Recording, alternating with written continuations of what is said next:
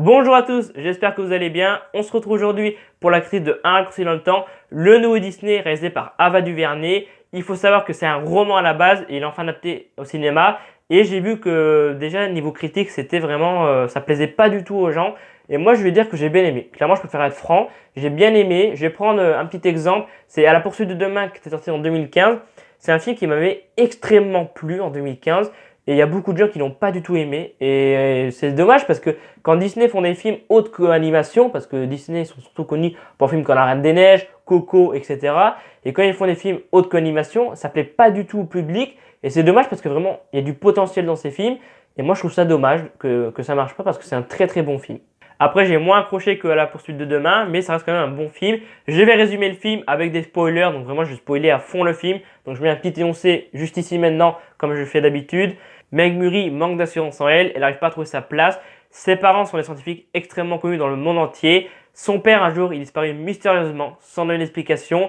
Il travaille dans le voyage dans l'univers, donc il essaie d'aller sur d'autres planètes, mais sans fuser que grâce à l'esprit. Il pensait que c'était possible, enfin, si on arrive à trouver la bonne fréquence, on pouvait voyager dans d'autres planètes, mais sans fusée, vraiment sans truc technologique, que grâce à l'esprit. Donc il disparaît mystérieusement. Et quelques années plus tard, Meg Murray va débarquer trois êtres puissants, donc Madame Quiproquo, Madame Qui et Madame Quidam. Donc ces trois personnes, Madame Quiproquo, Madame Qui, Madame Quidam, vont aider à retrouver son père. Ils vont donc aller sur plusieurs planètes avec son frère Charles Wallace, donc le frère de Meg Murray, Charles Wallace, et un étudiant qui est dans son lycée, donc Calvin, vont partir à la recherche de son père. Ils vont vraiment aller sur plusieurs planètes et vraiment c'est juste magnifique, les décors sont magnifiques. Et on s'aperçoit que en fait eux c'est la lumière, donc Madame Quidam et tout, là, leur nom bizarre, et c'est la lumière et il y a aussi les ténèbres qui sont en train de se renforcer de jour en jour et qui pourraient bien absorber la Terre et enfin, clairement faire la fin du monde. Donc il n'y aurait plus de Terre. Ils vont voir un voyant et grâce à l'aide de ce voyant et surtout grâce à l'aide de la mémoire de Meg, ils s'aperçoivent que le père de Meg et de Charles Wallace est parti sur cette planète qui est les ténèbres. Et malheureusement, ils ne peuvent pas y aller parce que comme c'est les ténèbres et eux c'est la lumière, ils ne peuvent pas y aller. Ils décident donc de rentrer sur Terre parce qu'ils ne peuvent rien faire pour le père de Meg et de Charles Wallace. Et là, Meg, elle est vraiment en colère et elle arrive à contourner vraiment quand en fait il se téléporte un peu, toi, c'est un truc qui se téléporte avec l'esprit et elle arrive à rentrer, à aller sur cette planète et en fait il y a pas mal de pièges et tout. Enfin, les trois guides les informent qu'ils vont être mis à l'épreuve. Donc ils sont mis à l'épreuve. À un moment donné, il y a Charles Wallace du coup qui se fait avoir et qui part dans les ténèbres. Donc après, sa sœur va devoir lui rendre l'esprit. Et elle arrive à retrouver son père après quelques épreuves que cette planète, que les ténèbres leur ont fait subir. Elle retrouve son père, donc son père n'y croit pas trop. Il est là en mode non, c'est pas possible, qu'est-ce que tu fais là? Et elle dit c'est toi qui nous as appelés. Et du coup, les trois guides sont venus nous chercher. Charles Wallace est dans les ténèbres. Il emporte donc Meg et son père dans les ténèbres aussi. Faut vraiment savoir résister. Il y a aussi Calvin.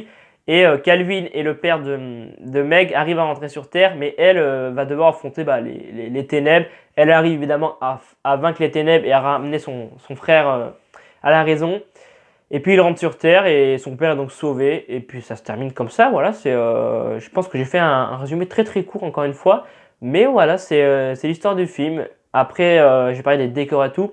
Les décors. Alors les décors, les planètes qu'ils visent et tout sont hyper bien faites. Tu as aussi Madame Quiproquo, si je ne me trompe pas. Madame Quiproquo se change à un moment donné en une feuille, vraiment une feuille de laitue et tout. C'est vraiment hyper bien fait sans déconner. Et je comprends pas que les gens n'aiment pas. Après, j'ai pas lu le livre. Donc ça se trouve, si je lis le livre et après je me rappelle du film, je vais dire ah ouais, en fait, le film c'est un peu de la merde. Mais moi, je préfère clairement aller voir comme ça d'un coup. Je savais même pas que c'était tiré d'un roman. Mais ouais, clairement, Un raccourci dans le temps est un bon film. Je vais pas dire que le film est nul, j'ai vu des films encore plus nuls que ça. J'ai moins accroché que La poursuite de demain, comme j'ai dit tout à l'heure en début de vidéo.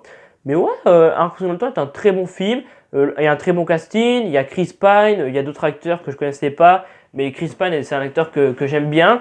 Et ouais, franchement, un très bon casting. La BO du film est pas non plus mieux que celle de Tomb Raider ou d'autres films.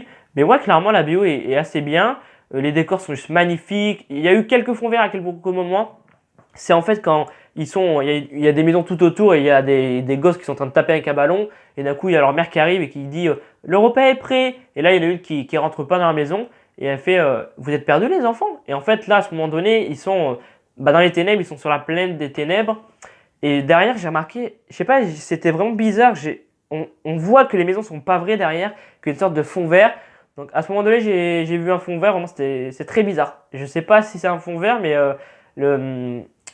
l'effet que ça donnait c'était bizarre. Je pense que c'est un fond vert parce que ça se voyait quand même, ça se voyait un petit peu. Niveau casting, j'ai oublié aussi celui qui était dans Very Bad Trip, Zach Galifianakis, désolé pour la prononciation, mais voilà, il est dans ce film et j'ai bien aimé. Clairement, j'avais beaucoup aimé dans Very Bad Trip, voilà, qui est un film qui est une trilogie très connue. Il est dans le film, donc celui qui joue dans Very Bad Trip.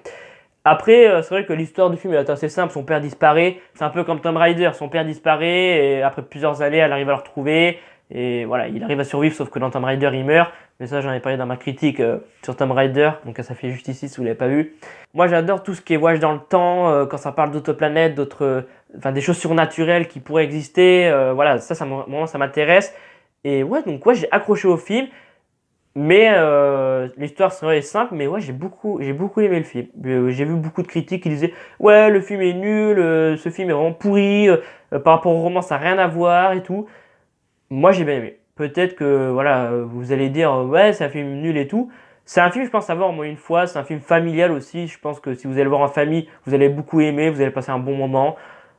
Ça reste sympa. Un raccourci dans le temps et un film à voir au moins une fois. C'est un film sympathique. Même si, voilà, quand vous avez vu la bande-annonce, vous avez peut-être lu le roman avant, et quand vous avez vu la bande-annonce, vous vous êtes dit, oh, c'est complet, ça n'a rien à voir avec le livre. Écoutez, moi, je n'ai pas lu le livre, donc je ne peux pas vous dire. Je ne vais pas non plus dire que c'est un film que j'ai adoré, que c'est un de mes coups de cœur et tout, mais j'ai bien aimé. Voilà, je m'arrête sur ça, j'ai bien aimé, c'est tout. Et c'est la fin de la vidéo. Si cette critique sur Un Raccourci dans le temps t'a plu, n'hésite pas à mettre un pouce bleu. N'hésite pas à me dire en commentaire voilà, si tu as vu le film, si tu as lu le roman, si dans le roman c'est à peu près pareil ou c'est vraiment ils ont fait un truc complètement différent. Dis-moi tout ça en commentaire. Tu peux essayer de me suivre sur les réseaux sociaux, ça fait juste en bas maintenant. Et moi je vous dis à vendredi pour la critique de Pacific Rim Uprising. 18h pétante, encore une fois ça sera vers 18h, enfin ça sera dans l'après-midi. Donc je vous dis à vendredi pour la critique de Pacific Rim Uprising. C'était Alban F. Salut à tous.